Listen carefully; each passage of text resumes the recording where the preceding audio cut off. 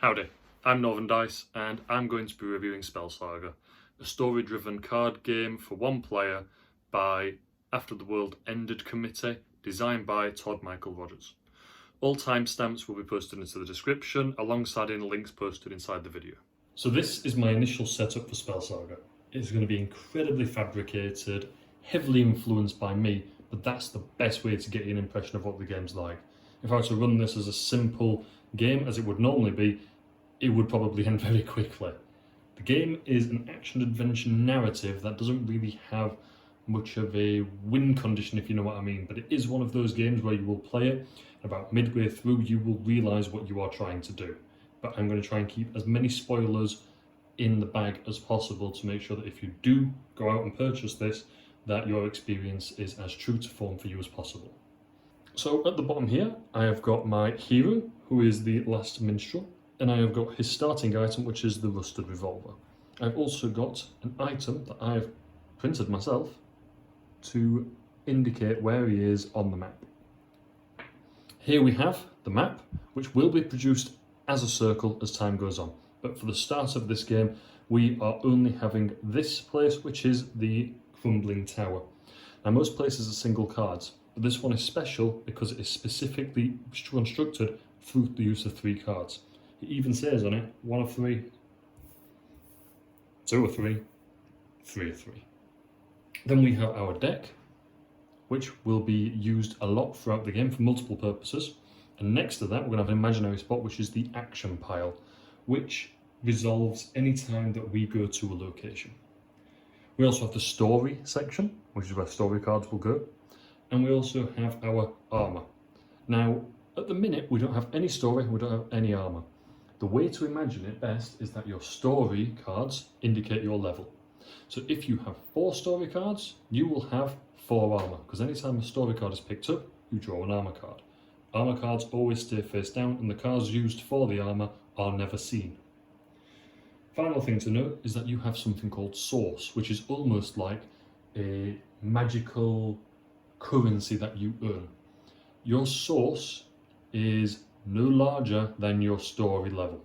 So if you are level 1, you will have 1 source. And source is used to unlock things from your hand. And you will have a lot of cards in your hand as time goes on. Some of it useful, some of it best to keep in there, some of it can just be got rid of. But any cards that are used as source, much like with the armour, are not seen, stay face down, and then when spent go back into the deck ready for recycle. So if you are looking for specific cards, it is that adventure element that you won't find it, and the reason you won't find it is because you have got that card as armour, or you've got it as source, example. So for this narrative, we're going to have the Last Minstrel, starting the Crumbling Tower. I've indicated that he's there using that token. Now, I can move to an adjacent place card. The only adjacent place card I've got is room 2 of 3. If it was a circle and I was on the bottom floor, I could travel around. Adjacent doesn't necessarily always mean as part of the circle, because some locations become connected to one another. But if you're in card 3 of 3 of a location, you cannot suddenly go to a new location, because in the example of the Crumbling Tower, it would be the same as jumping out of the top window. It wouldn't work. So we are going to be following the canned rules that are included in the deck. However, there are more rules on the website. I will try and add a link to the video at this point. Thank you. And they will give you a quick guide and even an example player with setup cards specific to the game that you will run. But for us, we're just going to run this, and we will run a very, very short introductory sequence to show you just some of how things work. So the first thing we can do is move to an adjacent place card. And we are going to move to floor 2. Now there are instructions on these cards which are worth noting, so I'm going to read these to you now. When visiting this place for the first time, search the deck for every place card with a numerical source cost of 3 or less and move them into play. When leaving this place for the first time, move this card into the story pile. So this place will stay here for the time being. But 2 of 3 says that we need to search the deck for every place card with a value of 3 or less. So that's what I'm going to do. Right, I found the 3 place cards, so we shuffle the deck to ensure that we don't know where things are. So the story card told us, the place card told us to move these into play. So I've got to move them into the area around the tower. Now at this point you're not going to be able to see them all, so I'm just going to place them just slightly aside, because I know the circle will be quite hard to see otherwise. Now, all cards have a value on them for the most part, and that's here. And that's the source cost. That tells you how much something costs, how much source you have to spend to get that from your hand into play. If you don't have that, or you cannot afford it because you are not able to get that much source, it is not able to go into play yet. You've got to continue adventuring, find more story cards to get those places. We've read and followed the rules of the place. We can draw one card for each action, and then we can move the drawn card into hand or the source pile. Now, as it stands, we don't have a source card, but we also don't have any story cards to back up our source value. So we will move that into our hand. If we were to move into play, into our source, it would go face down. We would not see what it is. Because it's going into our hand, I can draw it, and we've acquired an item. Cycle this item to use it. When cycling this item, cycling this card from item pile, move into any armor pile, and it is an armor potion. So I'll put our hand down here just so you can see it as a reference. And the next thing that we do is draw an action card for each hero.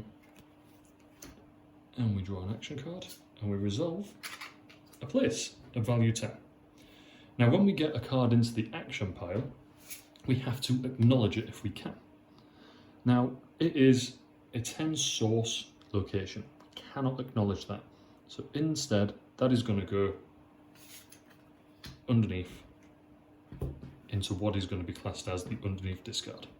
And the reason we've cycled it straight underneath is because we cannot access that anymore. Some cards stay in the action pile and are then affecting you next turn, particularly enemies. And the final element of this is the free actions. Using item cards, moving cards into play from the hand, or moving cards into play from the action pile. But we couldn't move it into play from the action pile, so what we can do now is we can continue playing the game. Now if you remember, it said when we move from this place, we need to move that card into a story pile. So I'll do that now. So that goes up here. We now have 1 in our story. We are now level 1, which means that we can draw 1 armor card. It stays face down. We don't see what it is. If it's something important, we have lost it, but we do have some effects later on, or cards that we can use to gain access to them. This can move down, because it's almost like the tower is crumbling as we're travelling up it. Probably not the best idea. We've entered a new location, so let's see what it says. When visiting this place for the first time, search the deck or hand for any item with brook, string, loot in the card name. If you find it, you may move it into any item pile. So we have just gained our first instrument. So I'm going to quickly search this deck to try and find the broken string loot. So here is the broken loot. And it says, flip this item face down to use it, same as all other items. When this item is face up, in item pile, 1 spell song may be attached to this item. When this item is used, any attached spell song may be played without cycling it. So that can go there. Now our hero, the actual last minstrel, can hold 6 items, as it says there. His armour, as we've said, is equal to the armour pile, the source limit is the story pile, and the hero limit is 3. So he can have 3 heroes amongst him. And all heroes work slightly differently, but they are just companions on your little story. Now I'm going to draw a card for each hero.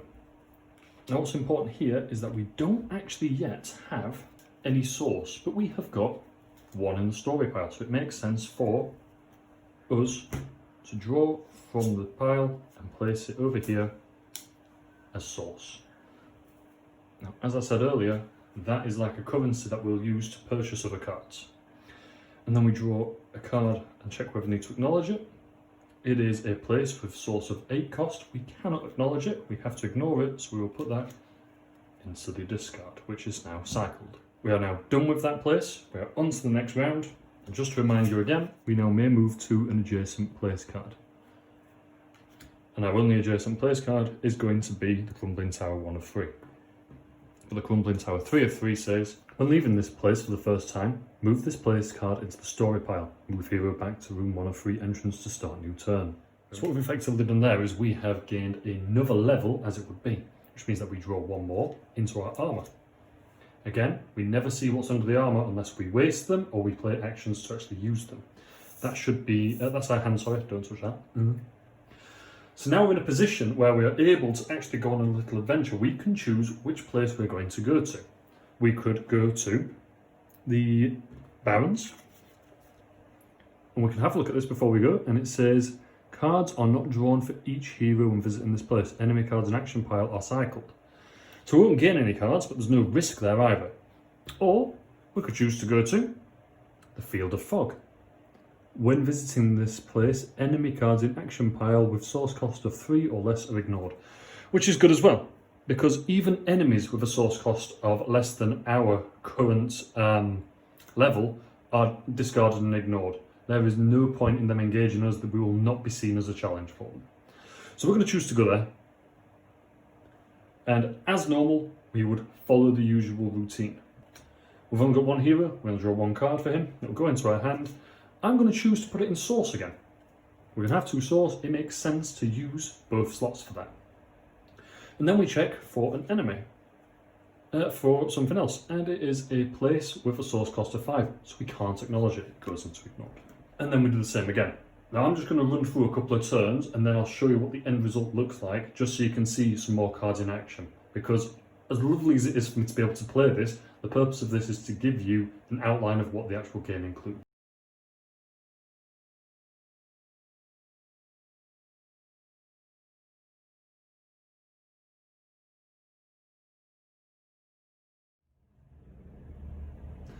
Okay, so a lot has happened since I was last explaining this. As you can see, we are now what it would be level 5 as we've acquired some more story cards. We are now got access to 5 source. We've only got 4 source at the minute. We have still got our 5 armour. We have managed to defeat any enemies we've encountered. We've also got 2 new companions as well. We have got this fella and we have got this fella. Now, I 3D printed these little things off, but that's simply because I wasn't able to keep track of who was who using little trinkets. So we've got a companion number 1 as number 1, companion number 2 as number 2. You are meant to use things that are precious to you, quite valuable things, as it gives you a little bit more of a connection with those characters, because inevitably they are there to help you on your quest, and your quest is not an easy one. You are going to get hurt and people are going to be lost. And that's sort of what they're there for. They're to cushion the blows, help you along, and sometimes take hits for you. We've also got a folk card out who is associated to this place. He is just chilling in this location. We can go there and talk to him, but the effects for all locations still happen. We have got another spell song, and we've got the one that you saw just at the end of the other video. What those do is they are usable songs that you can use as a minstrel that have different effects. I'm not going to go into them too much, but it's worth knowing that you can see I've attached this one to this hero, and that's because he's able to use that. Other companions can do other special things. In the example of the Lost Pixie, she is able to hold items equal to the number of heroes available. I know in a previous playthrough I gave her the rusty revolver from my Lost Minstrel just because I thought it'd be quite funny to see a pixie with a revolver. But it worked out in our favour really, really well. They have their own armour values as well. They don't run from this necessarily. Different companions work in different ways. Now, I'm still at the very beginning of my story, and I will still be going on a long way as I've still got a lot of this deck to go. But when this deck is done, I will know it is done. And then I'll be able to move on to deck 2, which is the Forest. And then there is a third deck as well. I have access to the Prelude deck, this deck, the expansion for deck 1 and deck 2, and I can promise you that running through that entire story has taken a very long while to sit through it all in one go, because these cards travel through with you to deck 2 and then inevitably to deck 3 should they survive. And it's not simple, you will lose people, it can be quite frustrating and almost upsetting at certain areas, but that's the idea behind this game. It's a long narrative that gives you a story and an experience. Spell Saga is a game that initially we didn't get. It is one where it was such a unique experience that we weren't really ready for what we were going to get ourselves into. Board games are lovely because they give you an end goal and a goal to strive towards. There's a clear-cut case of here are the win conditions, here's how you achieve them, off you go. Spell Saga doesn't give you that. The previous website that I posted does give you a tutorial, and you get at certain cards and you play through it, and it is an excellent explanation of how to play the game. But at no point does it explain how you win. And there is a sudden clarity in your first game where you will get to a point and you will go, I get it. There is that moment of, here is what I am striving for, here is what I need to do next. And it's a really, really, really unique feeling. Something that we've not actually had in any other game. Mainly because most games tell you what to do. But it is that lovely idea that you are searching for something, and sooner or later you are going to find a genuine clue which is going to help you along the way. And then you become devoted to the quest. You've set off on this grand adventure, and that moment where you get even the slightest bite on that line of inquiry, you don't stop. It is hard though, and it's hard in two ways. The game is hard to win in that sense of you are going in relatively blind, you're not sure what you're looking for, there's no clear-cut case of where the cards are. But it's also hard because you're going to get attached to certain things. You'll gain heroes, and sadly, you are going to lose heroes. And that's a hard thing to deal with. It's not often in a board game, card game, or any sort of story narrative where you can have things given and taken so quickly. It only takes one bad card pull for you to lose things, and it's not like they're coming back quickly. You can regain them, but they are so valuable to you that when you lose them, you will feel quite annoyed and even borderline upset. The story itself, though, is quite captivating. It's the end of the world. You're going to go out and find out why. All the other musicians and minstrels and bards have gone off and none have returned. You are the last one. You're going to set off, and whether you find out what it is that ended the world, whether you find out where all the others went, and whether you like what you find is going to be completely based on your story. The actions that you take between these big events that give you the clarity are going to dictate your story themselves. And with that, it's really important to remember how hard the game is emotionally. If you go in with a sense of, it's fine, I can undraw the cards, put them back and take back my turn, you are going to ruin your own narrative. The idea is you're building this story. You are running a story of what happened to the last minstrel. And if you keep on cycling back and undoing and you're striving for this perfect game, you aren't going to get what you want in the end. Which is a very hard thing to understand, because this isn't a board game. It is a story that you are creating through your actions and through the narrative of the game. The game is undeniably a solo game. I did try and play it with my partner, and we tried to have joint decision on what happened, and inevitably, sooner or later with any co-op game, you get to that impasse of two ideas. Both completely viable, both will get you a result, but only one of them is going to be the one that leads you to the next stage, and that's the one you pick. And it's hard to gauge whether there's a correct decision or an incorrect decision, but because you are building this narrative, as I keep saying, at the moment you have input from someone else, it stops being your narrative and it starts being something else. And for my partner, that was very difficult as well, because we went with my decision, and inevitably a couple of turns later, we failed miserably. We lost everyone.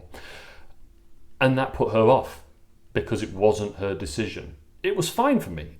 I made that decision. It was my mistake. The next time I played it slightly differently. Because I'd not achieved the end goal of the story, I wasn't satisfied.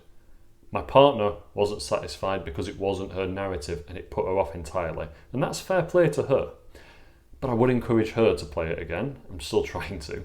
But it's that building your own narrative and story around what happened to your last minstrel, that's more important than the cooperative element. So I'd say this is purely solo. And when you do inevitably get to a certain point where you realise that you have met your goal, you know where you're going and you have achieved certain things, I'll admit it is quite hard to play a second time.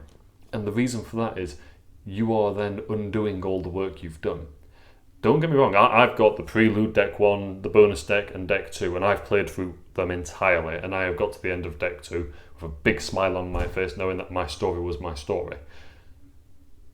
Issue there is, when I get deck 3, I'm going to struggle to play through those decks again. I won't not play them. I will definitely achieve my story. I want to get to the end. I'm desperate to find out what happens in the end. But it's going to be hard to play them again on that basis of my narrative has been written. I know who made it. I know what happened. If I do it again and I get different outcomes, it's going to be hard to contend with knowing that, I don't know, if I get to an impasse where I know that I lost characters, do I take that decision again to intentionally lose them to keep true to the narrative? And that's what makes this game different, but also quite difficult for the second time. Luckily, you don't have to do it a second time. And that's not me saying don't pick it up again. The Last Minstrel is the hero of the story, but there are alternatives for his card. There's the Last Minstrel who has quite clearly been in a battle. There is the Heroes where it is 2. There are other cards as well that you can start with, and it sort of gives it a different feel. And I feel like that's an easy escape from that initial story that you've set, because you won't feel guilty making those different decisions, and at the same time you won't feel tied in to make the same decisions again. But the one thing I will say about this game is it's a massive time commitment. If you saw how much of my table it took up just with the card, imagine having 11 location cards, a story deck of 9 and source deck of 9 all at the bottom, with 4 heroes all at the bottom as well. It becomes quite busy. And that's just table space. In terms of time, you've then got to get through all those decks, and it's no slow process. It's not a story you can go, I know where the ending is, because as you saw on the table, certain cards get hidden into armour and into your source, and they can only be got rid of through the use of card effects, and it takes a while. It's not something you're going to go through one time and go, I'll get to this point really quick. You are going to be sat there for a good couple of hours playing this game, and time will fly, because it is incredibly fun. But it is one that you can't pick up, put away, pop down, because the story runs and continues from where you left it. As far as the components go, for just a deck of cards, it's really gorgeous. I absolutely love it. And what I noticed, only recently actually, is that all the decks of cards have got different backs. It was only in my really big playthrough that I realised this, when I was trying to sift through them all and sort them all out, that I noticed that one deck has got red backs, one deck's got blue backs, and it means that it's really easy to pack away and put back in its deck. It's not one of those games that is going to take ages to sift through looking through codes at the bottom. It's really common sense, if you will. And what else I love about the cards is the fact that the location cards and pure story cards are not pictures. They are just written as little snippets of poems and sonnets and stories that the Last Minstrel, in my head, has written about these places to remind himself. Because in this history of the Last Minstrel, if all of the great heroes were musicians, everything is going to be written a song. Everything is going to be written as a poem. So it's almost him focusing on that lineage. But the monsters are my favourite. And the reason for that is that they are hand-drawn, with little notes on the sides, almost like on the Last Minstrel's adventures, he's seen them, sat a bit farther back and then took a quick doodle with some notes on, which I thought was really, really quirky. And it almost makes the cards look quite separate, and in some ways more personal to the Last Minstrel, because it isn't an actual image of a gremlin or a goblin or whatever else. It is just his quick doodle from a safe distance of them. And it takes away some of that horror, while at the same time letting you know that he wasn't going to be sitting there painting them. The actual artwork for the items and the heroes is amazing. It all looks very oil painting-esque, quite friendly and cartoony, and it gives a little bit more of a friendlier feel compared to the harsh realities that you are going to face while playing the game, which I think is a nice balance, because I think if it was all doom and gloom and you had these people drawn in such horrible discomfort, looking miserable, it's the end of the world, very dystopian, you're going to put people off. Because it is fantasy based, they've been drawn in a fantasy setting in a fantasy style, and I think that is the right way to have gone. So who would we recommend this for? And for me, I'd say fans of role-playing games. If you are a big fan of a strong narrative, but at the same time quite a bit of free will and a lot of choice, this is a great choice. The story is captivating, but the fact you can do stuff in between and go about your business, focus on little quests, just makes it all the more personal, and it's something you'll really remember. Anyone who's a solo gamer, I think, will really enjoy this as well. Maybe not so much as other ones, because as I said, board games are that lovely. Here is your direct line of concentration. You're going to focus on this to win. But you aren't competing against anyone. You're only taking your own story somewhere, which is the reason I think it appealed to me as a non-solo gamer. So I could be wrong there, but it's definitely worth looking into in my opinion. And then for anybody who's looking for something unique, I've never experienced anything like this. Someone that I was talking to about it compared it to a choose your own adventure book where you'd flick through the pages, and I'd say it's nothing like that. Because with those, it is a case of turn to page 279, your hero is dead. You will remember everything that's happened. Because you have got the randomness of a deck of cards and coupling in traversing through decks, you've got such a sporadic selection and an inconsistent setup that you aren't likely to encounter the same card twice or in the same sequence. So it takes it that one step further and also almost makes it, it's not a choose your own adventure, but it is actually your adventure. Just as final thoughts, I'd definitely say this is a game for anybody who loves a good story. It is so addictive, you will get captivated by it. I know full well that I have played this till gone to in the morning, just as the full deck just as the full first deck on its own, just getting to grips with it, but also just getting lost in that narrative and story, knowing that I can't put it down. I really enjoyed Spell Saga. I think it is a fantastically unique experience, and I think it is definitely something that should be that will get a lot of people's attention if it's put into the right setting.